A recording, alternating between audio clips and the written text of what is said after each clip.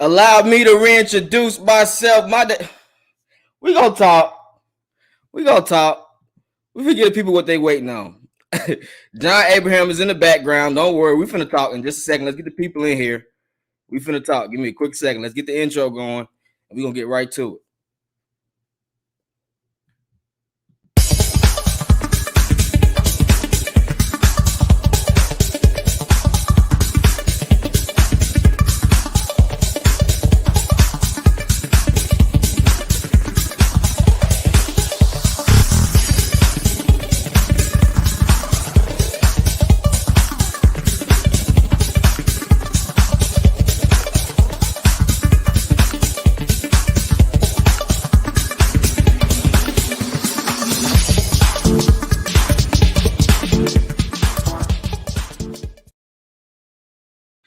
Allow me to reintroduce myself. My name is Twisted to the Torch T.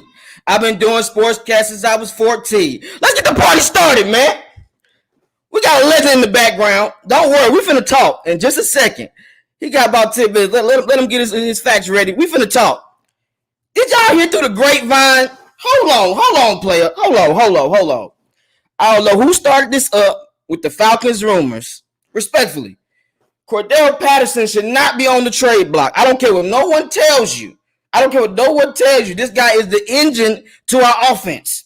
When we need big plays, when we need a drive started, Cordell Patterson leads that. Yes, we did get Bijan Robinson. Yes, he is a rookie, so you still need Flash in the fold. And let's not forget, guys, Flash is a dual threat. Stop playing with him. He's good in the passing game as well. He can block. He knows how to pick up blocks. Come on now. Hey, we're not doing that, man. Respectfully, I don't think Flash is on the trading block. I think Arthur Smith knows what to do with Flash. He's going to use him in a lot more different ways this year. So go back to the previous film in 2021 when he first came with us, when he was in the receiver room and in the running back room. I look forward to that. Now, let's get to it. If you haven't already, subscribe to the channel. Like the video. Keep your boy in the algorithm because your boy is ready to turn up.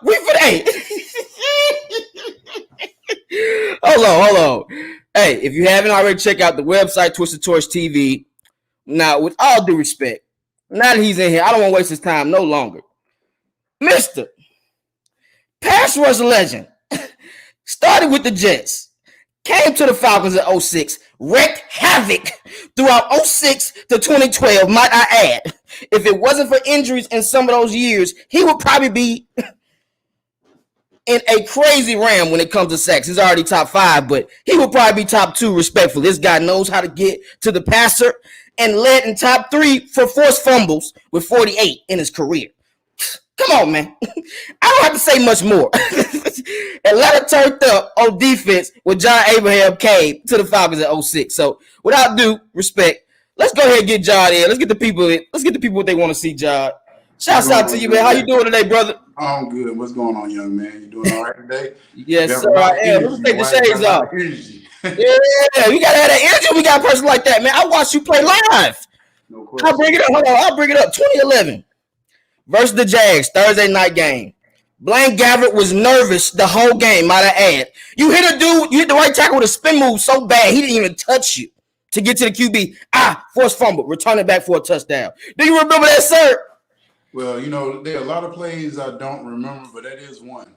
That was, all that stuff comes from, I guess, practice and preparation, bro. Like, people don't understand how smart you have to be a football player. And I'm really trying to push that out there more because everybody think about, you got to be the strongest person, you got to be the fastest person, you got to know who you're playing first, and you got to know what kind of technique you can use with a guy. I think a lot of times for me, some of the stuff was off just reaction because you do it so much, and then it just comes. But it's definitely preparation on who you're going against. So you think like the film study helped you as far as looking on the right tackle, left tackle? You knew which. Did you know before the game which side you were gonna line up on most of the times? Like who was duck sauce this week? I think most of the time for me it's either or. It was just fun, because I felt like I can beat any tackle. It wasn't like okay on this play I'm doing this or this play I'm doing this. Usually I try to play around the game plan, and I had a great coach in Ray Hamilton. he let me do what I want. He was just kind of like, if you feel more comfortable on this side, go to this side. You feel more comfortable on this side, go to this side. But using my spin move, which was, if anybody paid attention, I only did when I was on the left side because I was scared to spin into the right. Because if I spent this way, I didn't trust it. Yeah. Going against the left tackle and spinning that way just didn't feel comfortable to me. But if I knew if I spent this way, the quarterback might see me spin, but I had a tackle that can come around and wrap. So it was a lot more preparation than people think. And you was also good at bending the edge. People didn't know, like, you was able to see the snap count quick. That's one of the best attributes you had. You saw that snap count, he was gone. The left tackle wasn't even there. His feet wasn't even up. You already about the QB. So how were you able to know when the snap count was going to happen? Or did you know how the QB, based on the film study, like, hey, he likes to run it on this down or this timing? Yeah, it was definitely film study. And also, if you play somebody like Drew Brees 2 times a year, and the years I played 7 years. So by then, you know their snap count. You know what they're trying to do. And it comes with first down, second down, third down. Third down, it really ain't going to be – it's probably going to be a quick snap. First down, they're way more calm. They come up to the line. They kind of check everything. You can get past, run, you know.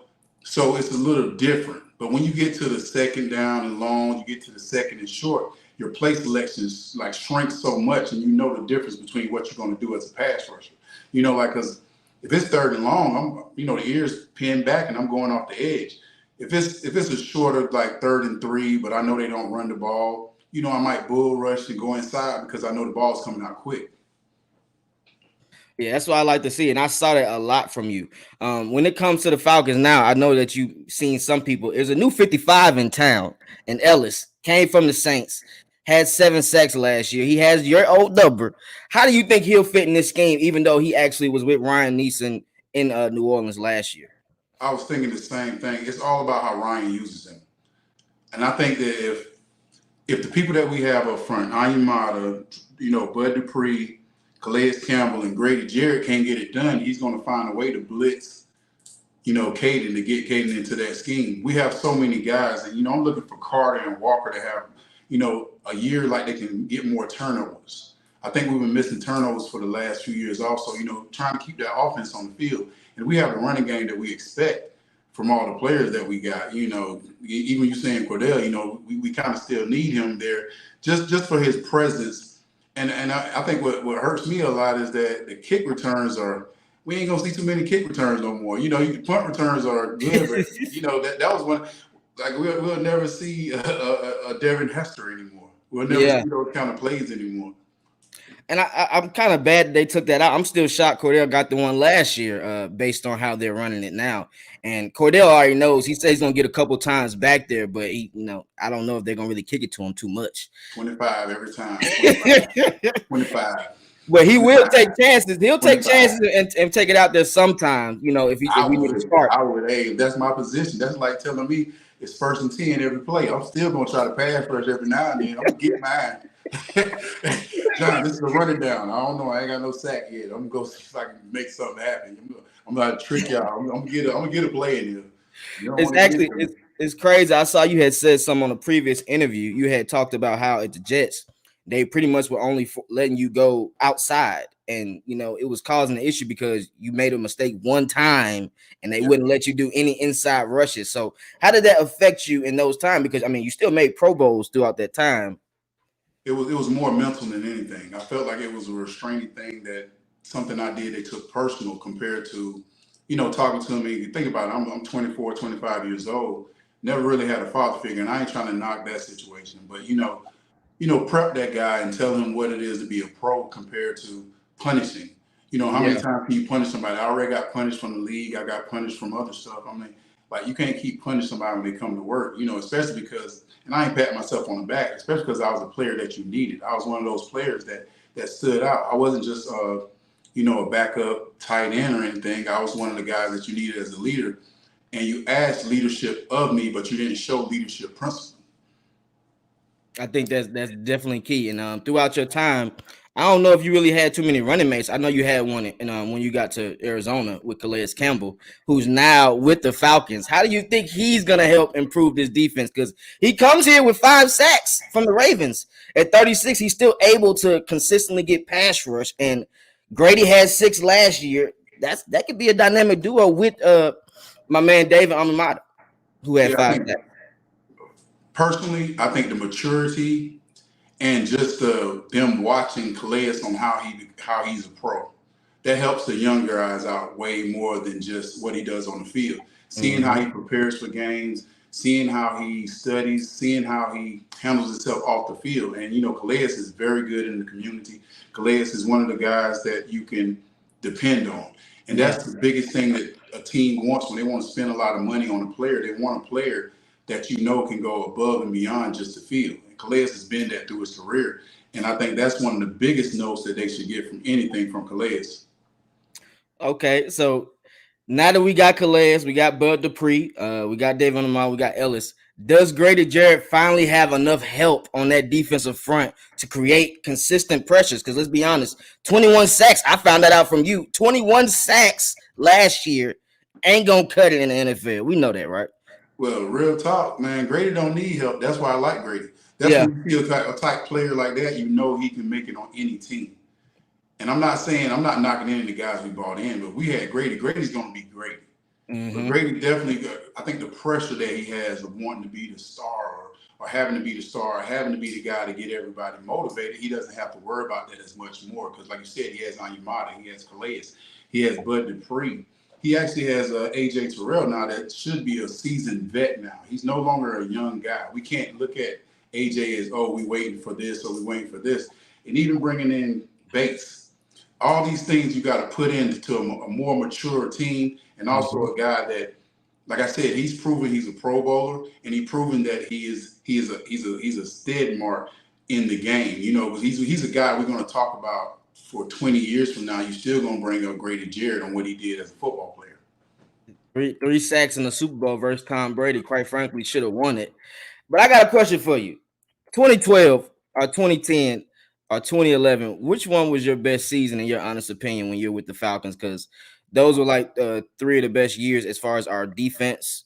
We had a lot of turnovers when William Moore finally came along in that time. So which one of those years you think was probably like your best year with the Falcons? I think it's kind of separated between 2 years. My first year playing my first game here was probably the most exciting game I had.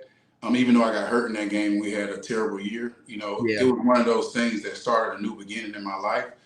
And it also showed me what Atlanta was and what it really was to be like on a team that was a city, oriented team that everybody wanted to win. And I think the last season was probably the one that's most memorable for me because we were so close to the Super Bowl. To me personally, we didn't go to the Super Bowl. We lost to San Francisco, but I think we had everything needed. And I got hurt in the last game of that. Playing Tampa, the game didn't really matter, but we played and I got hurt, so I never got to really show what I can do in the playoffs. As a 100% guy. So for me, that was one moment. I think many people probably think of the 16 and a half sack year. That was a good year. I didn't make the Pro Bowl, and I don't even know that's possible. yeah, Yeah. 16 and a half. And, so that was a good year just for the numerical thing. But personally, that year was like, everything felt like it was going right. Like everything in that year was just, we're going to do this, we're going to do this. And you couldn't tell me in that San Francisco game I wasn't going to the Super Bowl, and I had like a week or something to rest and play Baltimore and win a ring. So that was probably the most memorable year. And it was my last also. And people forget that you were hurt in 2012. I actually came to that Tampa Bay game. That's the game Julio had 2 touchdowns, got that crazy touchdown. But yeah, I was like, why is John out here on the last game of the season? We was number one. Like we already had a bye. Everything was good. And that San Francisco game had a lot of funny plays in it. We ain't gonna talk about that. A lot of funny plays in it. Harry Douglas, I don't think he was down. I don't know how that happened. That was some cheese. I don't know, man. I don't want to talk about it. Roddy White, pass interference, Roddy. That last play was like pass interference to me, but I don't. It is what it is, bro. Like it took me, hey, bro. It took me a while to get over that game, man. I'm trying to tell you. And that's the worst part because I honestly felt like if we beat San Francisco, the Ravens couldn't stop us that year. We couldn't. I ain't never played bad against the Ravens. You Yeah, couldn't tell me I was gonna go off. Well, I don't know what was going on. I was like, and I felt like our offense at that time with the young players we had, with Matt, with Julio, with still Roddy playing well. Tony. Like I said, Harry was on his demon mode thing. He was out here catching everything. You couldn't tell me he wasn't 6'1", even though he like 5'2". He was doing his thing. So I felt like we was just working on every accord. Yeah, Harry Douglas was actually good, and in 2013 he actually went over 1,000 yards when Roddy and Julio were injured. So 2012, 2011 is when Harry actually took off as that third receiver. But my boy Spitty, shout out to Smitty, he had a question for you. Give me a second, pull it up. How would you prepare for an explosive Atlanta offense with these new weapons? You saying if I was on defense, how would I prepare? Yes, sir. Probably a lot of nickel defense. I would start off with a lot of nickel defense and thinking because they have so many ways they can and schemes they can just trick you. They like I said, I think in a prior podcast, they can line up in 22 and still go spread.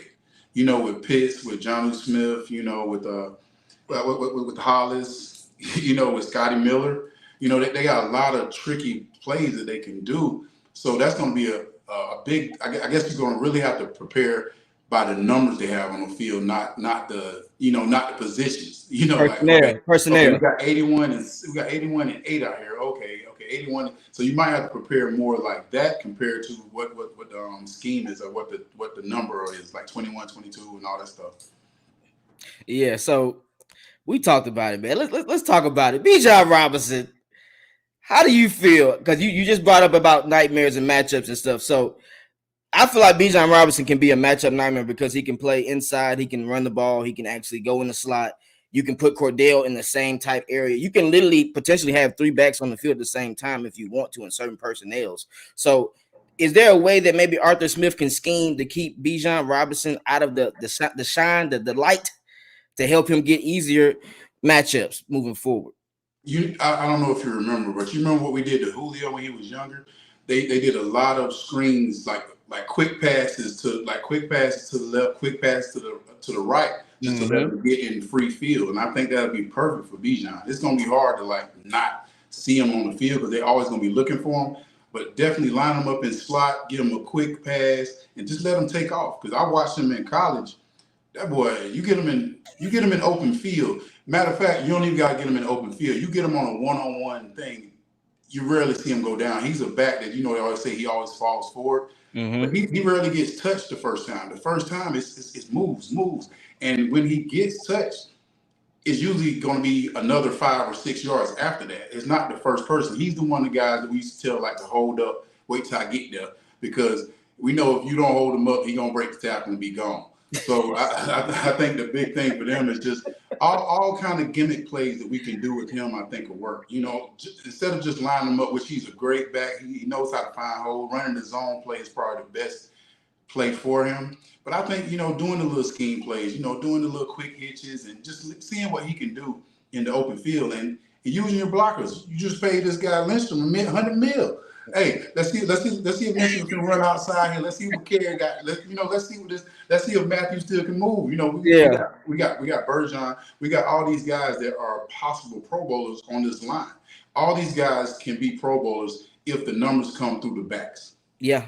And let's be honest, we were top 3 rushing in last year with Tyler Algier and Cordell Patterson. Cordell Patterson missed 4 games. So essentially, I think they got Bijan because they wanted to put Cordell back in that previous role he was playing in 2021 to get him more outside. But then you draft Bijan, it's like, damn, man, you want to have too many cards. I look at it like, and when you have 2 tight ends that can pretty much line up anywhere in Jonas Smith and Kyle Pitts, this can be a nightmare matchup for a lot of teams, especially with the easy season we have as far as the teams potentially. I don't want to sit there and say they're easy, but you know how it can be. Yeah, well, definitely in the division. You can look at a division with Carolina. You can look at Tampa, and you can look with Tampa. Probably is the best defense that we're facing, I think, right now. But like I said, you never know until the season starts and you see other people shine. They have young guys that we haven't seen yet that might can come up and do things. But the matchups with every team they're playing down the roster from all 17 games, they're automatically up. Because they have Algiers, because they have Bijan, and they have Patterson. So them one-on-one matchups are going to be tough because you can't have 4 cornerbacks on the field all the time. But all these guys are possible cornerback matchups. So you got a linebacker that's got to step out and got to see Bijan. Then, okay, now I got to worry about, Cordell over here, and then in the backfield we might have Algiers. I forgot about Pitts. Oh, we got Pitts too. That is a linebacker nightmare. So it's so much. It's so much. I guess we got to give credit to Terry Fontenot for saying like, okay, we're a running team, but we're gonna scare the hell out you when we got to pass. Yeah. And one thing, the Falcons running back coach, he actually said, like, we want to force people to tackle us over and over and over again. We got different set body types with Bijan Cordell and Tyler Algier, but you expect us to run 20 or more times a game. And I'm cool with that. Because if you're trying to make sure the defense is not on the field as much, because at times that was our issues. We was on the field too much on defense. Yeah, it really was. I looked. I think the worst stat from last year was 31st in third down percentage. So you gotta understand that's second to last in the league, being 31st. I think 23rd in points allowed, 23rd in total yards, 25th in pass, 23rd in the run, but the 31st in third down that obviously shows they was third and short. So it wasn't a lot of third and long. So that's where it impacts on the sacks that were 21st and second to last in the league. So once you get the defense, get them in at least the 10 to 15 mark, you'll see all those third downs moving up. You'll see all the numbers that we're looking at, the total yards. You'll see all that go down because the team always in 3rd and 3. The team is always in 3rd and 2, and they don't really gotta think about passing the ball in that. For instance, you're going to run the ball, so your numbers are going to get, and it's going to move 3rd and 3. I guess third downs for us, we're always trying to be 3 and out. You try to get 3 and out, as many 3 and out. We always just base ourselves, we got to get like 3 and outs every time. We got to get 3 and out because the more you get 3 and outs, the more opportunity you have for your offense to get on the field, you not to get tired, and also when they get 3rd and long, you can pin your ears back and you can pass rush. Yeah. And at times, I mean, we did have some 3rd and longs, and we just couldn't get off the field because of the 31 in pressure percentage. Like, if a QB has so much time, I can't expect AJ Terrell to guard for 6 or 7 seconds. Like, exactly. That's not possible. And with the secondary and the defensive front, it has to work in unison. So if the defense can get there faster, and that's why we have D tackles. That's where the pressure comes from nowadays. But I got a question for you. Hold on. We gotta get back to this. Hold on. Can Falcons consistently get after QB off the edge, or is it only going to be that inside pressures? Lorenzo Carter, AK, Malone, Bud Dupree, can they get to the QB off the edge? That's the question. I would say in this type of defense with the players they have, I think the scheme is going to matter more than their pass rushes. I think who they're bringing, who they blitzing and who they bring in. Because I like Caden Ellis as a linebacker that blitz. You can get 10 sacks like that. I mean, I played with a guy when I was in Arizona, Darryl Washington. He had like 11 sacks playing off the ball, but he blitzed. He knew how to blitz. Caden Ellis knows how to pass rush. So we don't have to put as much on the players to be one-on-one, but when you get your opportunities to blitz, when you get your opportunities to run a game, you got to complete it. You can't no miss sacks. No, like come on, man. We got Bryce Young.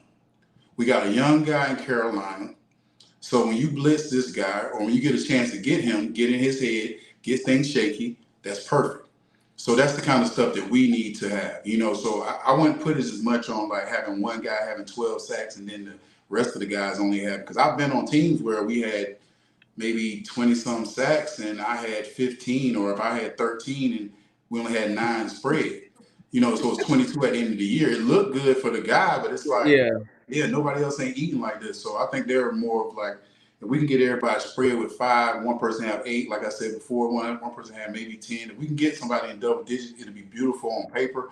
But I really think it's more of getting out the field. And whatever you got to do to get out the field, whether it's blitzing, whether it's changing the coverage, whether it's, beefing up when you have to, it's all about that. It's all about getting out the field.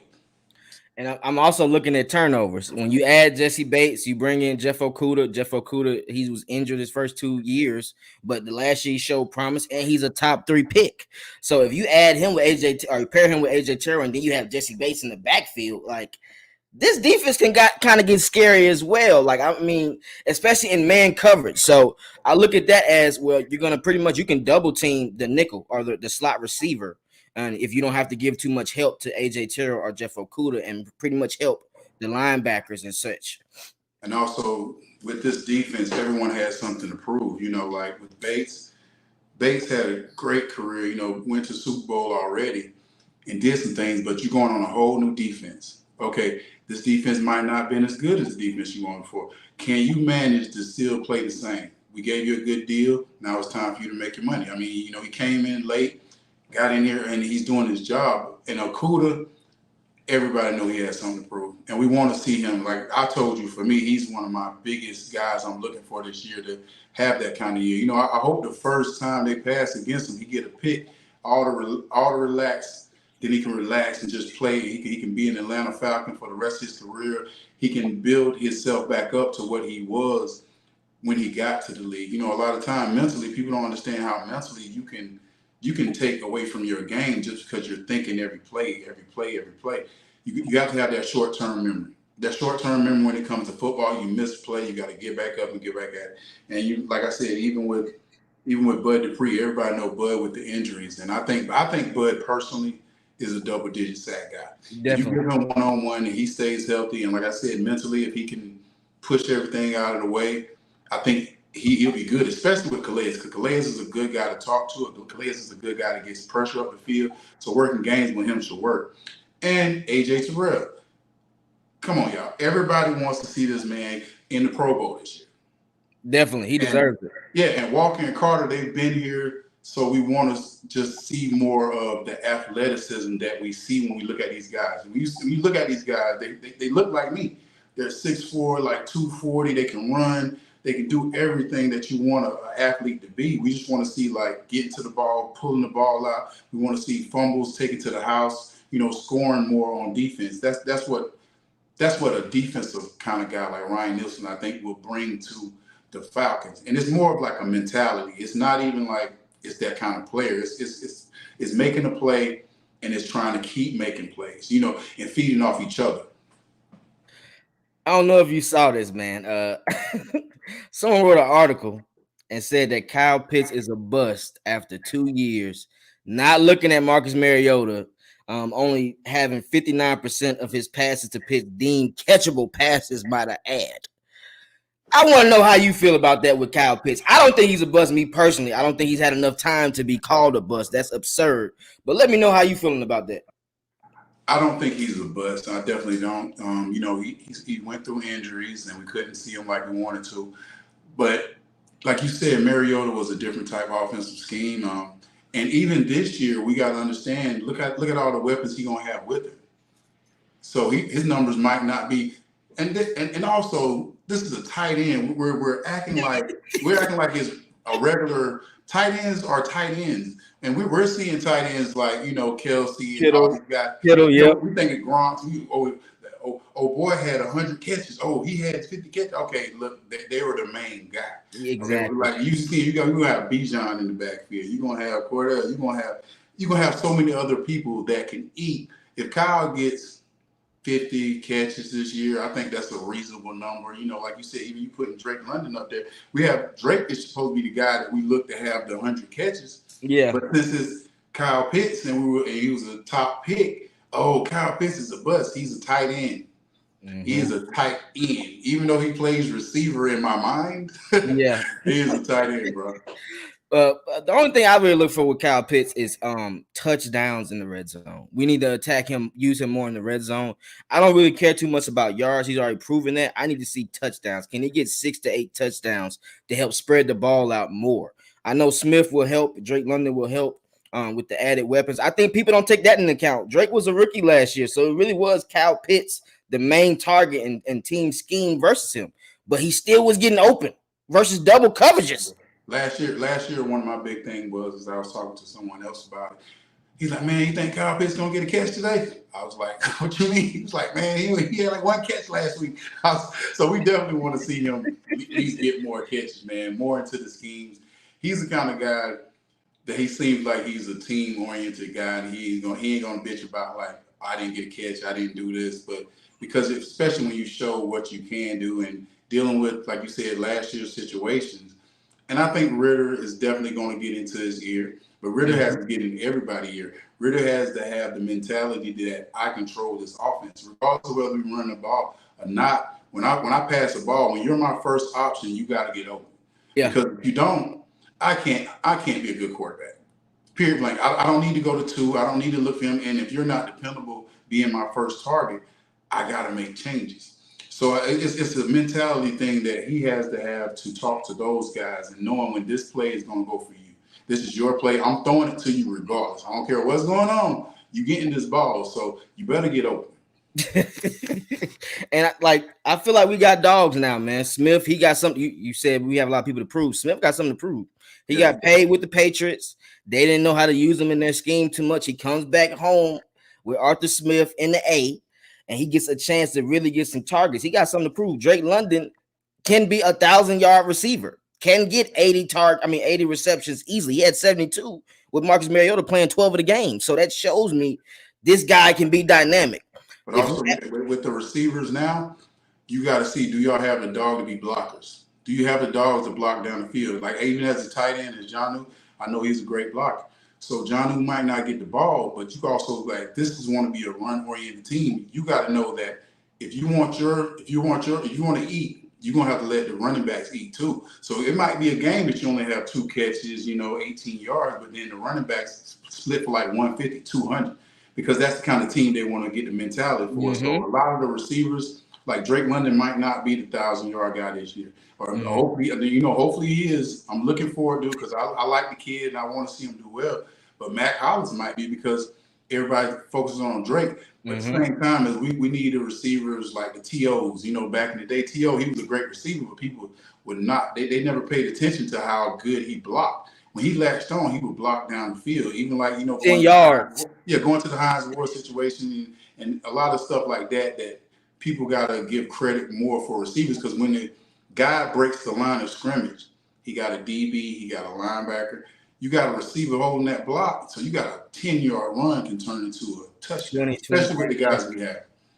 Bijan, yeah, they ready to take it off. But hey, I gotta get to know you a little bit, man. So what's your life like after football? What are you doing now? Let the people know, like business-wise, you as a life with your family and everything. How you living?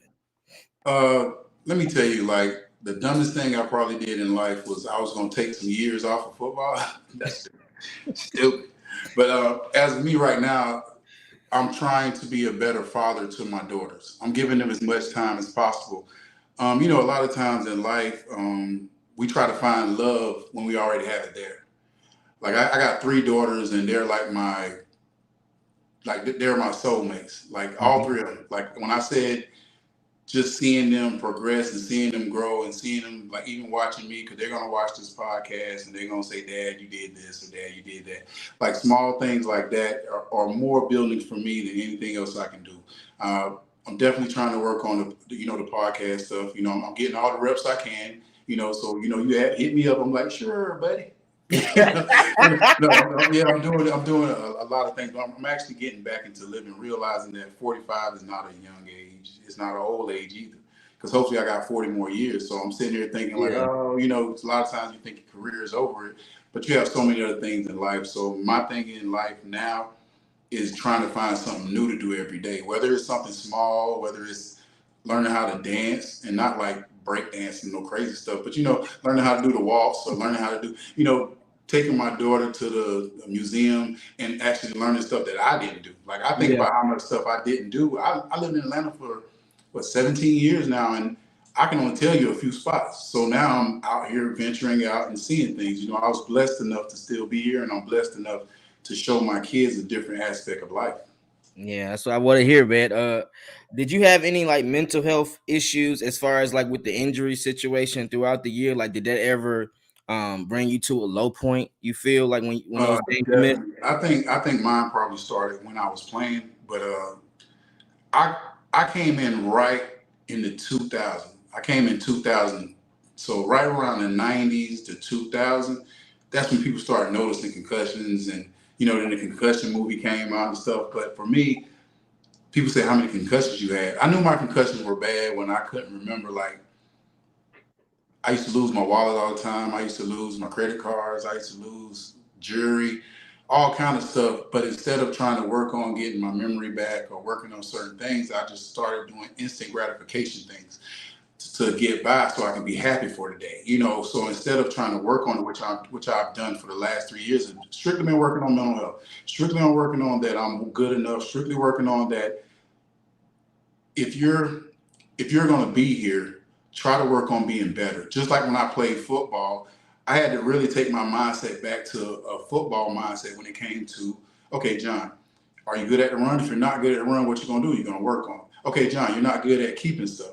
You keep losing stuff because your memory is bad now. Okay, John, well, minimize what you have to remember. Or stick to the same basis of what you've been doing. You don't have to drill off. You don't have to do this if you don't want to. If you can't remember certain things now, just drill off from it or single it to one thing. So it's a lot more about simplicity now than anything.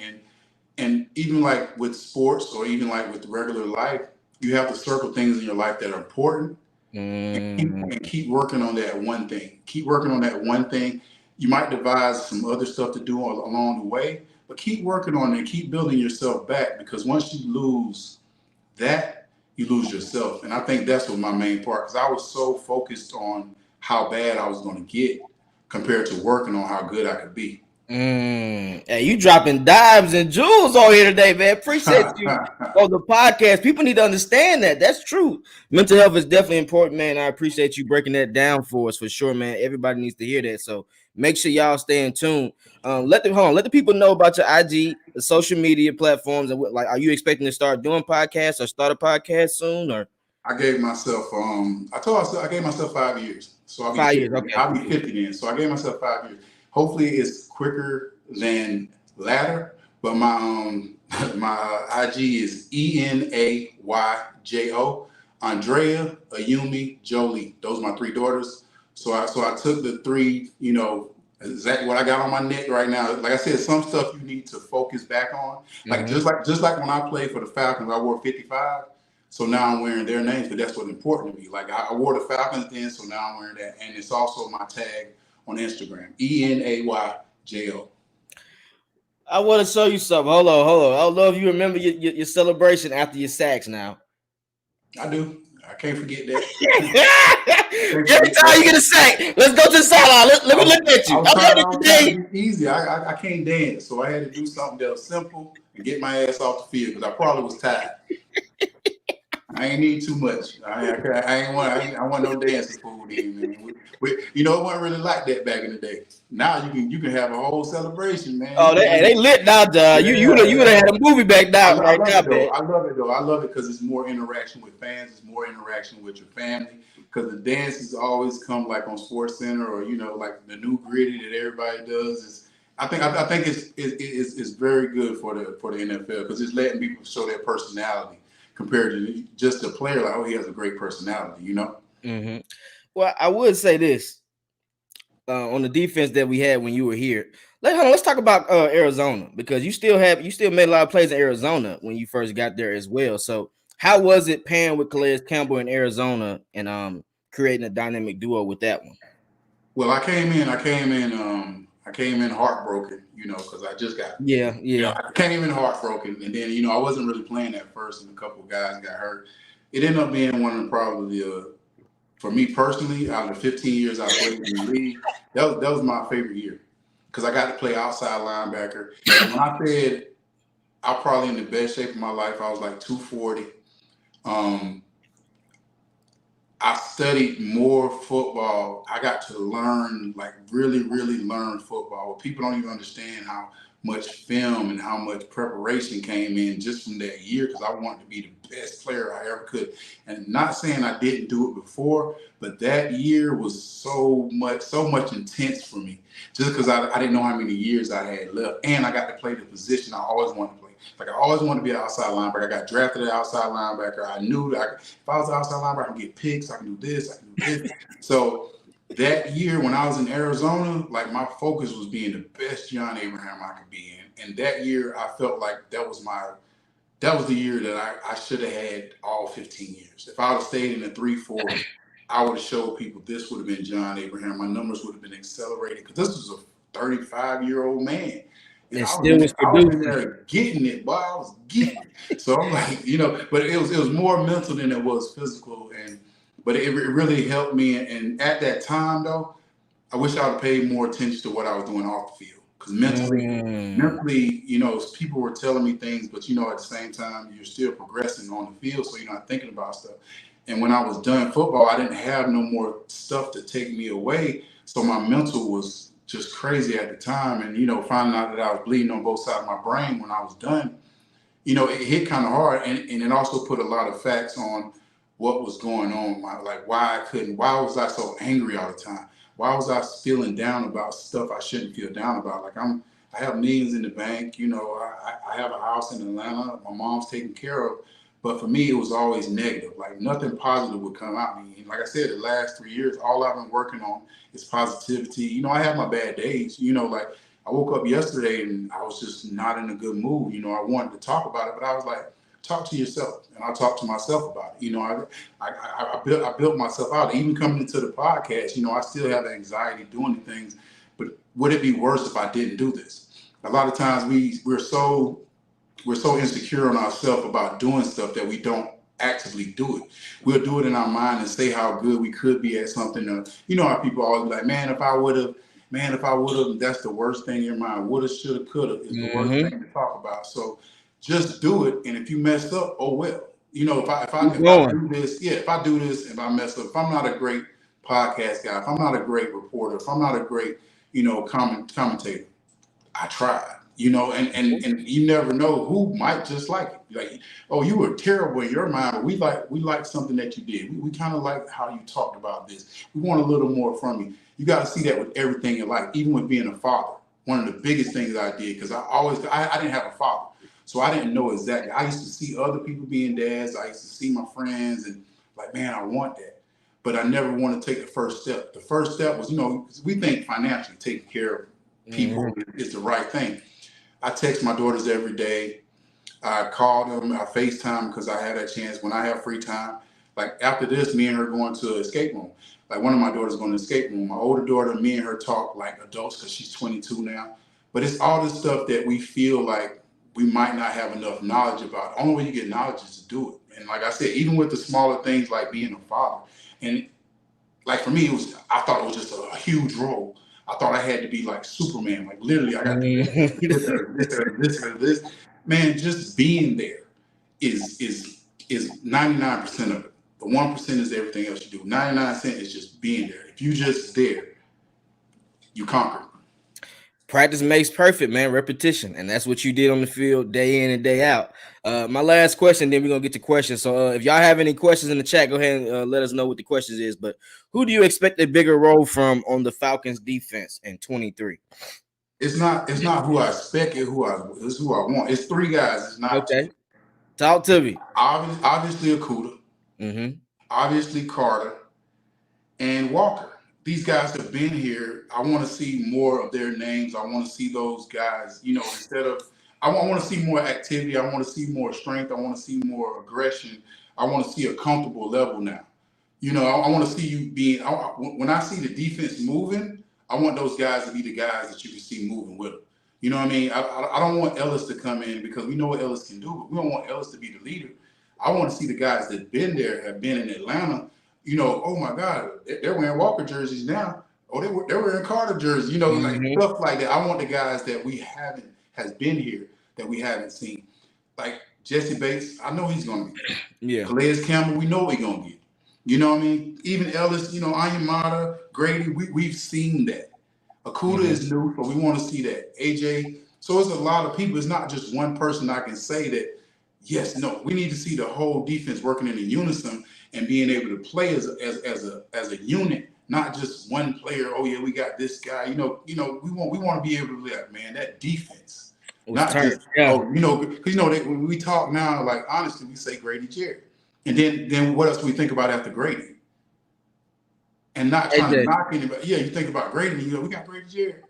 Now you want to hear more names. People that have been, ever since Jones left, it was Grady and Jones, and now Jones ain't here. So, we need somebody to pick, step the game up, baby. I'm expecting big things from him. One thing about Walker, I don't want to lie to you, man. I might have seen enough from Walker, and the reason why I say this is because in the run game, he's kind of actually good in the passing game though. He's able to read concepts and bat the ball down or get picks. He had 2 picks last year, but the running game scares me. It's like he doesn't see the hole fast enough. He's thinking too much, and like you said, you cannot think in this game. That's why you watch film. So when you get on the field, you know exactly what exactly what you see. Diagnose the play, hit the hole. Yeah, Troy Anderson's going to do that. Communication. Ellis is gonna do that, and right now they're saying Ellis and Anderson are probably gonna be the starters. So I'm looking for Walker to come in those sub packages and particularly show me something, man.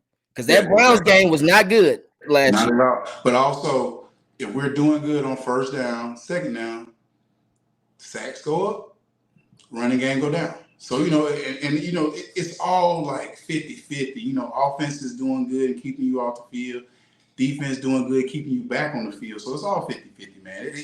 We can talk all about people doing this, people doing that. It's all about the knowledge of what you know. Like, yeah, you can be a workout beast. Trust me, I've seen them all. I've seen guys that can bench press this, get in the game.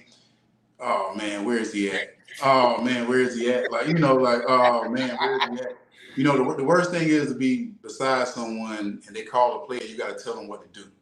Oh no. And that's when you know, like, okay, this dude has not been doing what he's supposed to be doing. And that's one thing I never was. I like when it comes to mental errors, if I got a mental error, I'm messed up for the whole week. So I made sure I didn't get mental errors.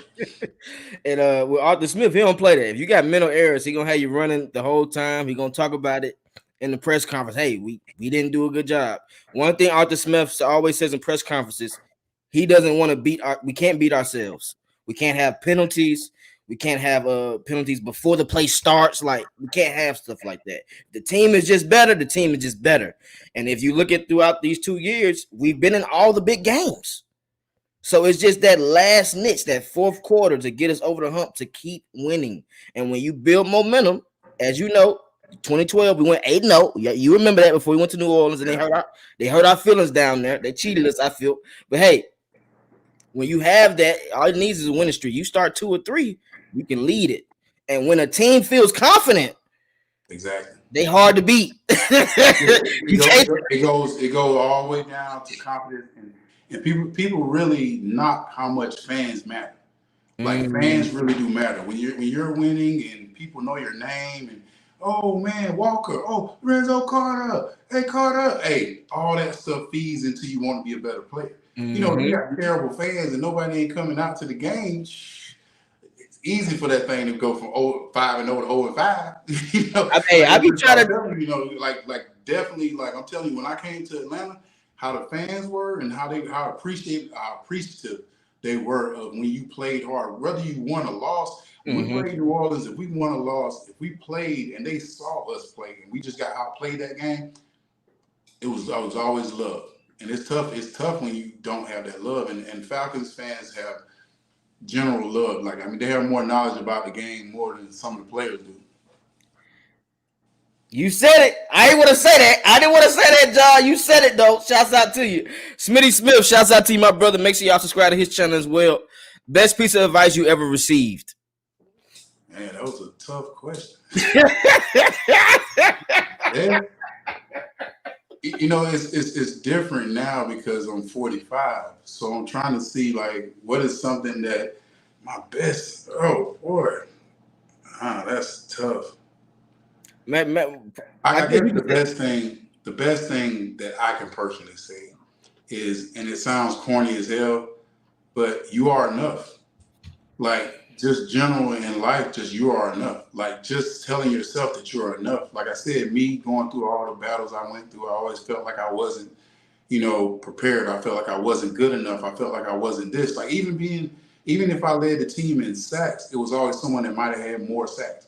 Even if like I said, even like being a father, like I felt like if I wasn't going to be the best father in the world, like if I wasn't going to be like getting plaques for being a dad, you know, what was the point? So I guess the big thing that I had to tell myself, and this is nothing that I've seen it all the time, but just that you're enough. And anything you want to accomplish in life is possible as long as you feel like you're enough.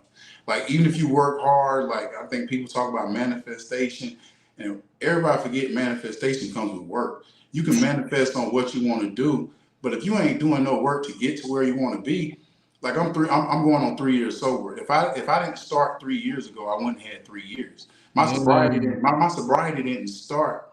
It didn't start the day I stopped drinking. It started like way before. It started then. I had to work. I had to work on work on it, and I had to keep telling myself, "This is what you want. This is what you want." And I kept working on it. I stopped doing this. I stopped doing this. I stopped doing this. A lot of stuff you have to cut out. If you want to go in life, there might be a lot of stuff that you're gonna have to sacrifice, or it might be a lot of stuff that you're gonna have to apprehend to bring you in a better spot. And don't take it as a negative, because at the end of the day, when you get to where you want, it's gonna feel a lot better. And like a lot of people say, enjoy the journey compared to when you get there, because like the journey is what's going to get you where you want to be. Talk to him. Hey, John, you in your bag, man. You talking about you don't know if you ready. You know you ready to podcast, man. You already know the game. You know everything, man. Bro, I'm just catching up, player. Well, this is the last question, and I'm gonna let you get up out of it so you can go enjoy your sister. Your daughter. Besides winning the Super Bowl, is there any personal goal you didn't achieve that you wanted to? Personally, it sounds stupid, right? I didn't play in every game.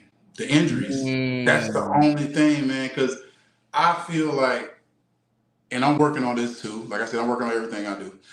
I had like 133, but I think about the 40-some games I missed. Like I think about them games there, like my sack total would have been, I'm saying, because I would say I at least had 24 to 30 more sacks, and all the accolades that I wanted. The Super Bowl I probably would have got. I think the Defensive Player of the Year I definitely would have got one year. Pro Bowl Player of the Year. I think a lot of those things that I didn't get was simply because of injuries. So I don't put anything as in, dag, if I would have or I could have, definitely a Super Bowl, but I think all that would have came if I could have stayed healthy.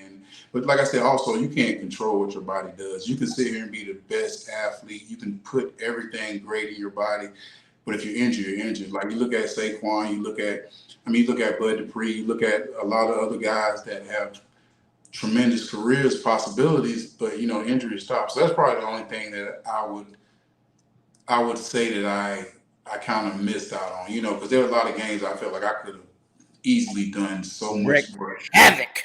That 49ers game, bro. Kaepernick, we had him. I swear we had him them first 3 quarters. It was looking nasty for them, man. They couldn't do nothing. But I didn't even ask you about this. Hold on. 2011. Hold on. I can't let you leave without here. I can't let you leave without this one. We had the young GOAT, Roddy White, killing the league from 2008 to 2011, killing. After that nasty L we took versus the Packers in 2010, I felt like we had that game, but I felt stupid. I did the belt, and then we lost. That hurt. I was hurt. Hey, I didn't talk in college for a couple weeks, man. I had to wait. I couldn't go back to college for a couple weeks after that loss. But following that, we said, hey, we got Roddy, we got Tony, but let's bring Julio in. How was the dynamic of the roster and the teammates when Julio came in, knowing that it was Roddy's show and he was still making phenomenal plays throughout that year previous? I honestly believe that everyone in the locker room kind of knew it was going to eventually be Julio's team, but Julio came in with the little brother thing. Yeah. I'm going to get as much as I can, because, everyone has a child that's behind them. You be like, man, when that boy get older, everybody, you had a brother or sister or somebody in your family, you like, man, I'm a good athlete, but that boy. So when Julio came in, everybody was looking like, Roddy, we love you, but that boy. I remember the first time I found out how fast he was. We was in practice, and everybody was hyping about this Julio, and I ain't really been watching college football, so I knew a little about him, but I was like, that's college. Man, he ran a reverse, and when somebody run by you and it feel like, I was like, oh Lord! I said, hey, we got one. No, you think I'm bullying, man? Like, no. I've been around Santana Moss. I've been around LaVernius Coles. I've been around, D'Angelo Hall. I've been around fast guys. Mm-hmm. I even got to see Randy Moss in person, like when we was in practice. So I've been around fast guys, but fast, big, and just, I was like, ooh, we got one for cheap. I'm thinking like, Bruh, like, no, I'm really thinking like we won, like we cheated or something, because they ain't no way this guy slipped to this late and it wasn't late. I mean, it was like 6, I think. But I'm like, yep. 8, bruh, that dude should have been 1-2. I'm like, Yeah. Lord, as a receiver, so I knew then, and the whole mentality, like I said, Julio has always been a professional. On and off the field, he handled himself. He knew that Riley was the guy, but he knew he can shine too, and he did. Like whenever, like I said, we used to throw him a short screen pass or short like hitch passes. Everybody was like, "Man, we won." Yeah, man. No And question. we didn't even know how fast he was, because remember he ran the 40 with a broken foot. Yeah. And still ran a 4.3. So it's like, damn, how fast. And he Thank got faster when he cut his dreads off. Right. Yeah, Man, that was a phenomenal talent, and horse, that's man. probably the best thing Thomas Dimitroff did as a GM was going to get Julio. We did give up a lot of draft capital, but if you look at the Browns, they didn't get nobody for them picks anyway. So essentially, it was definitely worth it, man. The Browns. I ain't gonna talk about them, but it was worth it. Hey man, I appreciate you, man, coming on. You have any questions for me or anything before you get out of here? I guess as a former player, what do y'all feel is the biggest attribute that Atlanta Falcons could bring to the city? I mean, not just playing games. I know for you it's just like, oh, shit, we need to win like 20 games. We need to win every game. We win 20 games and win the Super Bowl. I know all that, but just as a fan, and I guess talking to me and being able to converse or reach out to people online now or Instagram, which is way open. Like as a fan, how could the Falcons change their cultural to make it feel more like home? Be like the Green Bays, the New England Patriots. And I know you got to win. I know you got to win Super Bowls, and I know it's a deep question, and I hit you hard. But like, what is the thing? You know what I mean? I ain't gonna lie to you, champ. Atlanta is so wishy-washy, man, with people. You got your real diehard fans that's gonna ride or die for the team, regardless, which is me. I've been a fan for 20-something years. You have the fans that just only mess with them when they hot, when they good. People come to the stadium, but they come to the stadium for the Packers, for the Bears. We played the Bears, and they had half the stadium. We played the Steelers. Pittsburgh. I was at that game like the last year. In Pittsburgh, I was like, hey. So we got it's more so on the fans to show more support. I think the Falcons already do like the little pep rallies at Atlantic Station. The players already do meet and greet, so I'm not really tripping about that. Like the fans just have to want to support, and the more you support, the more the players are gonna look. If the stands is packed out like it was in the Georgia Dome, you remember them days. I love the fans made the team play better. That's what I told you earlier. I told you that earlier. I said definitely if you got a packed house compared to a spotty dog, you gonna get it. You know what I mean? Like so definitely. Yeah, so I mean, I wouldn't necessarily put it on the Falcons, man. I think it's just more so as a fan base, we gotta come together as a unit. Even the Falcons content creators on YouTube, we gotta do more shows together to show the fans how to support the team. At the end of the day, teamwork. Gotta create the culture of just outside of the whatever the outside of the other dome. It's still a dome to me. I'm sorry, but you gotta just. Like I said, you want the fans like the old Raiders fans. You want the fans like the old, just like Green Bay or New England. The people that are always there. Regardless. Falcon lady. People like that are always there. Yeah, man. But I think this year is gonna be back. The reason why I think it's gonna be back this year because we got chances to win. They see improvements. A lot of the fans were shaky with Matt Ryan, and should we let go Matt Ryan earlier than we did? So that was issues. They were still stuck on the Michael Vick situation and how they want a black QB that's fast. You have Desmond Ridder now that can literally run a 4.4, and you still talking about you don't know if you want him. So I don't know what it be with the fan base sometimes, man. They shaky, baby. I don't know, man. No question. Oh yeah, okay. But appreciate you for joining me, man. As always, brother. If you need anything as far as podcasts, just let me know. I'll help you. I don't mind assisting, my brother. You show love to me, just K-Ball, so I gotta show love back. Whatever you need, Twisted got you moving forward, my brother, for sure. No question, man. I appreciate it, bro. Have a good day, man. You too. All right. Did you miss me? Yeah, we got the Bijan on. Yeah, we got the Bijan Robinson on. You see it? The only one with the merch too. Yeah, you see it? Talk to me nice, man. Talk to me nice, man. We just had a legend on, a Falcons legend. Let me know in the comments how y'all feeling. Like the video. Subscribe to the channel. Keep your boy in the algorithm for future reference. If you're on Twitter, retweet a player. You see it. You see it. Huh? I had my man on. Defense is on the way. Jesse Bates. We just had a goat on. And we're looking to get more goats, more legends. To start it off, make sure y'all subscribe to Smitty. Make sure y'all subscribe to Big Low channel. Make sure y'all subscribe to the up and coming Birdo. Shouts out to your player. Hey, Swaggy. I'm dressing up like a salad. I'm dressing up like a salad. Stop playing with Gunner, man. Post the podcast. Shouts out to you, man. Everybody that's in here. Shouts out to Swaggy. Shouts out to to Amber. Shouts out to Buck. Shouts out to Dre True Statement. Shouts out to Antonio Holloway.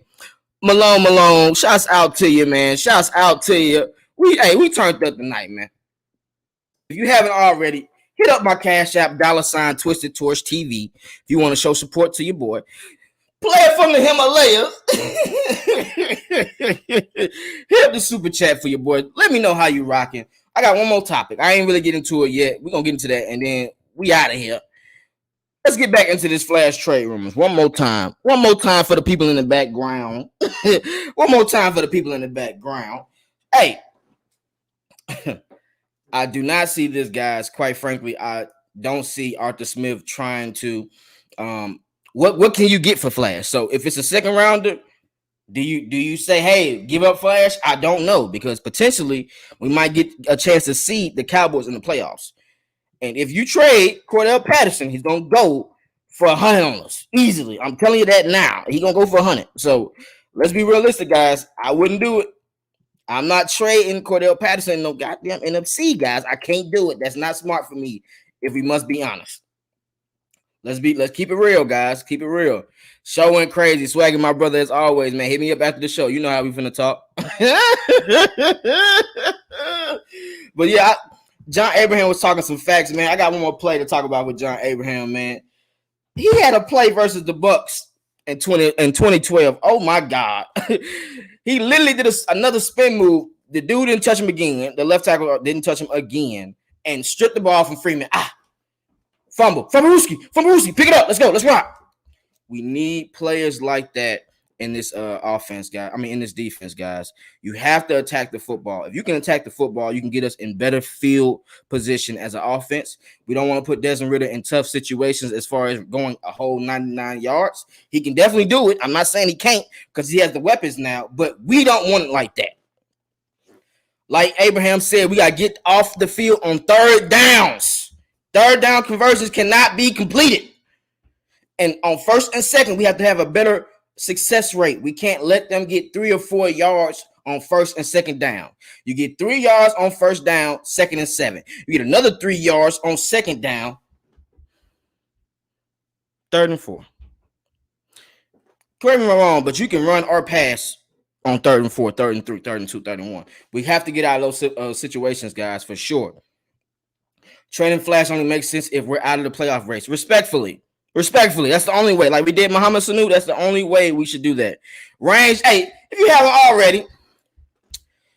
already, hit Rain up, man. She got a podcast on battle rap. My sis from another mother, great at battle rap, knows her shit. So make sure y'all subscribe to her. And she's a singer/rapper, knows how to make music. So check her page out as well. Dope content. Miss B, we need to keep CP, not trading facts. That's the engine.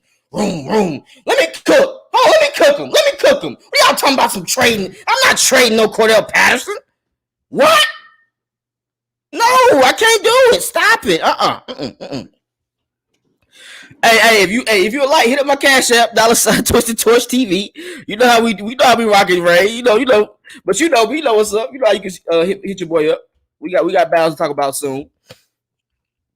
For sure. But shouts out to y'all, man. As always, appreciate y'all, man. Jumpman T Twisted Torch TV. Appreciate all y'all joining me. As always, want to leave y'all with one thing, man. Focus on yourself.